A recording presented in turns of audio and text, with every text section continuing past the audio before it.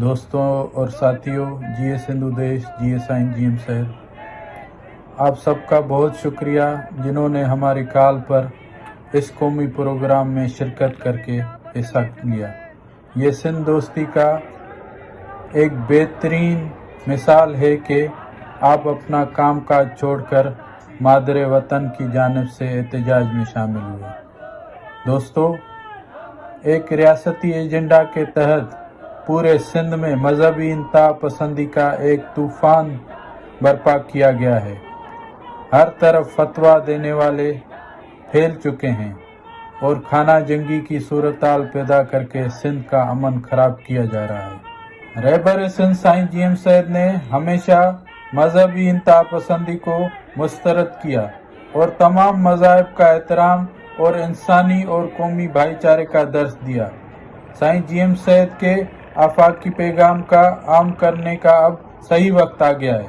حال ہی میں ڈاکٹر شاہ نواز کنبر کو پنجاب سامراج کی سازش کے تحت مذہبی جنونی ملاؤں نے فتویٰ دلا کر امرکوٹ میں پولیس کے ہاتھوں شہید کروایا، جس کی ہم سخت لفظوں میں مذمت کرتے ہیں اور ایف آئی آر میں نامزد مذہبی دہشت گرد قاتلوں کو گرفتاری کا مطالبہ کرتے ہیں۔ دوسری جانب حال ہی میں صدر پاکستان آصف زرداری کے کاندھے پر بندوق رکھ کر پنجاب سامراج سندھو دریا پر 6 کینال بنانے کا فیصلہ کر کے 50 لاکھ ایکڑ سندھ کی زمین پاکستانی فوج کے حوالے کرنے کا فیصلہ کیا ہے، جس کی ہم سخت مذمت کرتے ہیں اور یہ بتانا چاہتے ہیں کہ اگر اس پر عمل ہوا تو سندھی قوم خاموش نہیں بیٹھے گی، پوری سندھ میں سیاسی مزاحمتی تحریک چلائی جائے گی۔ یہ فیصلہ